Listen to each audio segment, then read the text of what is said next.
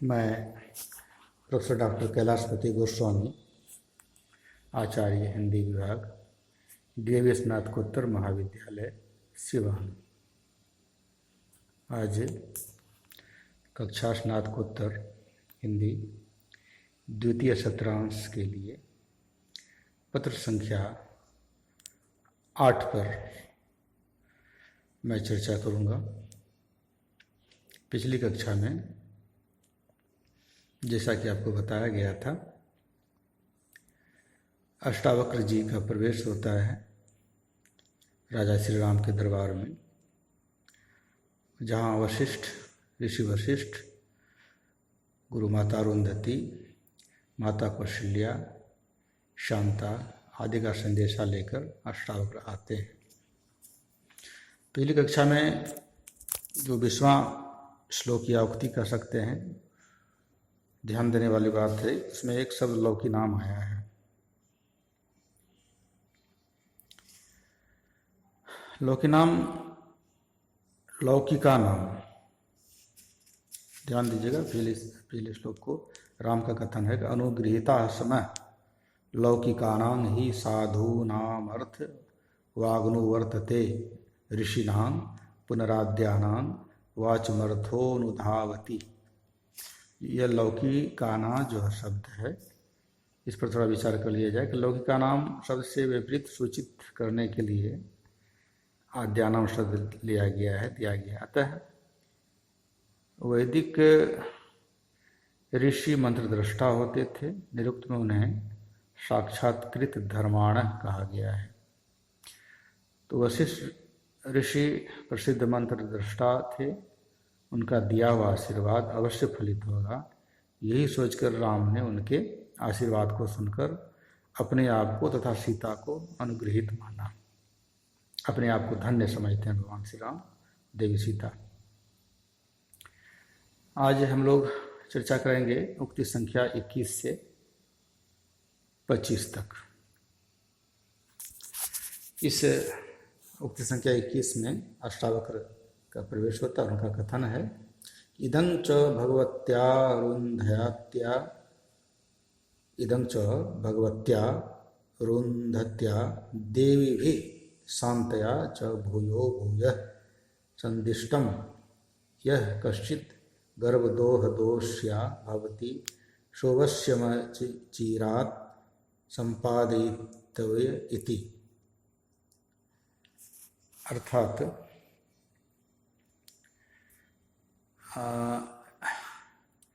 भगवती अरुंधति द्वारा देवियों, कौशल्या आदि देवियों द्वारा और शांता द्वारा भी बार बार यह संदेशा दिया गया है कि जो कोई इसका गर्भावस्था का अभिलाषा हो वह अवश्य शीघ्र पूरा किया जाना चाहिए। जैसा कि माता सीता माँ बनने वाली हैं और स्वाभाविक है कि महिलाओं को कुछ विशेष चिंता होती है और ख्याल, ध्यान दिया जाता है महिलाओं का। इस तरह कोई सद्य प्रसवा की स्थिति में होती है, तो आसन्न प्रसवा की स्थिति में, तो यह संदेश अष्टावक्र के द्वारा भेजा गया है कि माता सीता की जो भी अभिलाषा हो वह अवश्य पूरा किया जाना चाहिए। इस पर राम कहते हैं, क्रियते यद्देशा कथयति, जो यह कहेगी किया जाएगा, निश्चय ही किया जाएगा। इस पर सीता माता को संकोच भी होती है, सीता माता को कुछ लजाती हैं।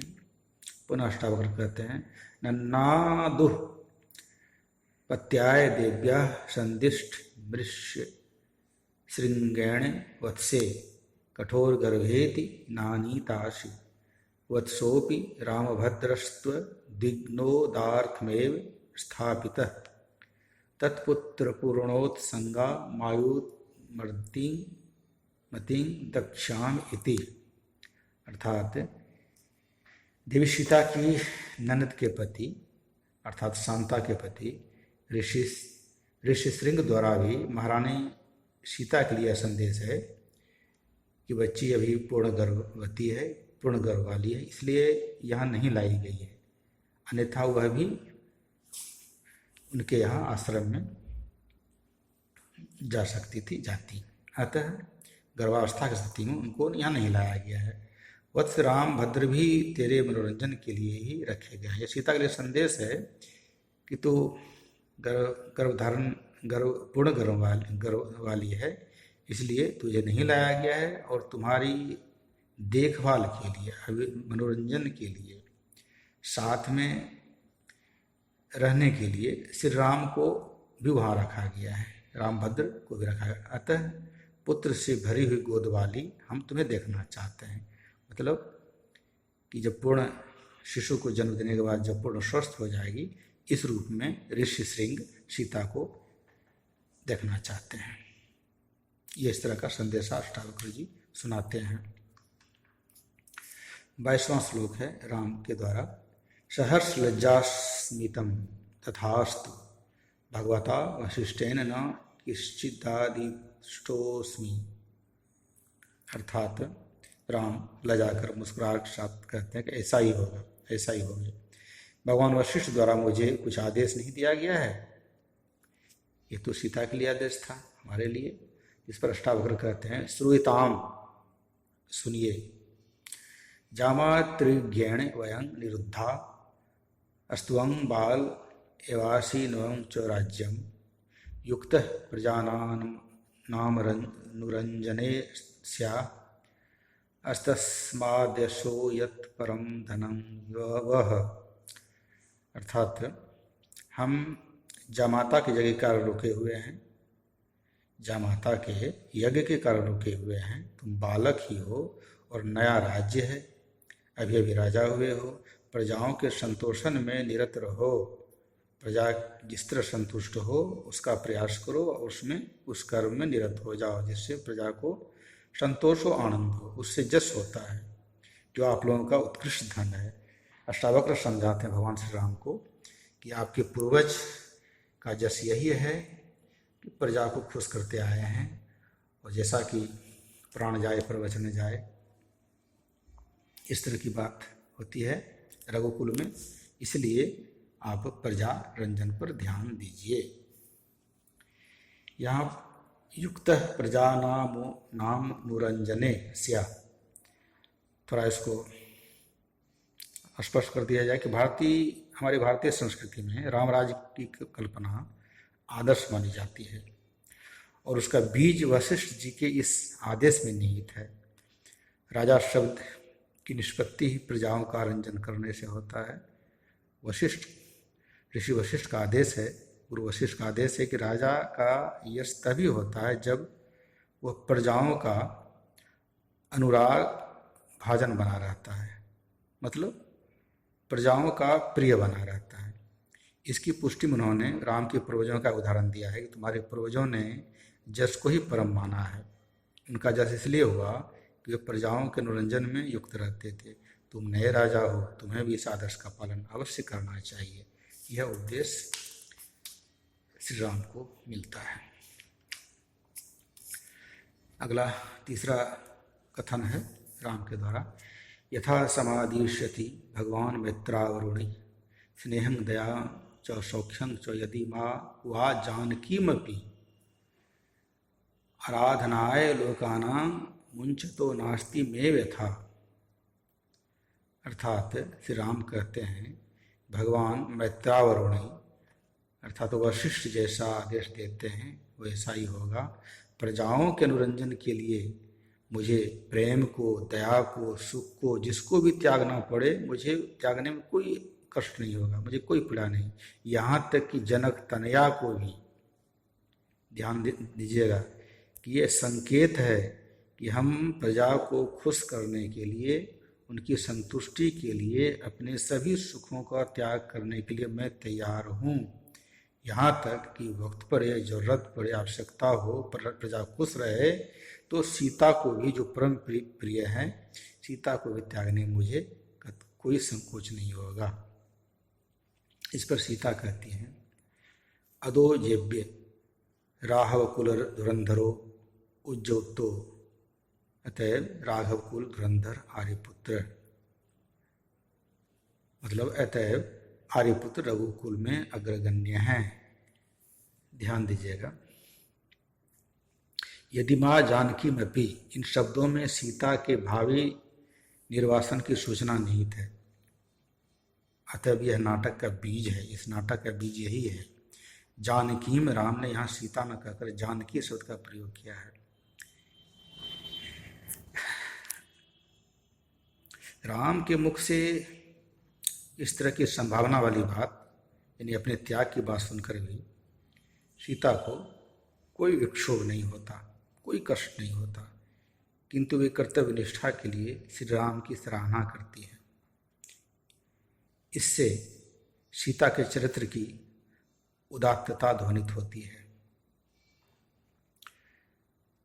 स्वाभाविक है, ध्यान देने वाली बात है कि अगर कोई अपने प्रिया को छोड़ने की भी बात करे प्रजा के सुख के लिए, इससे बड़ी बात क्या हो सकती है। और प्रिया भी इतनी पतिव्रता को कि अपने पति पर पूर्ण विश्वास है कि पति जब भी कोई निर्णय लेंगे तो प्रजा हित में, जनहित में ही लेंगे, अपने निजी स्वार्थ के लिए कभी भी कोई निर्णय नहीं ले सकते भगवान श्री राम। ऐसा सीता के अंदर विश्वास है, अटूट प्रेम, श्रद्धा, समर्पण और विश्वास है भगवान श्री राम के प्रति सीता का। अतः सीता को भी कोई कष्ट नहीं होता ऐसा सुन करके। अगला श्लोक है राम के द्वारा उक्ति है, कह कोत्र भो विश्राम्यतामष्टावक्रः, अर्थात अरे यहाँ कोई है, अष्टावक्र विश्राम कराया जाए। अब अष्टावक्र को विश्राम की आवश्यकता, अतः विश्राम कराया जाए। इस पर अष्टावक्र की उक्ति है, उत्थाय परिक्रम्य च, मतलब उठकर और घूमकर कहते हैं, अये कुमार लक्ष्मण प्राप्त है, अरे कुमार लक्ष्मण आए हैं, इति निष्क्रांत, और इस प्रकार ऐसा कहकर अष्टावक्र निकल जाते हैं।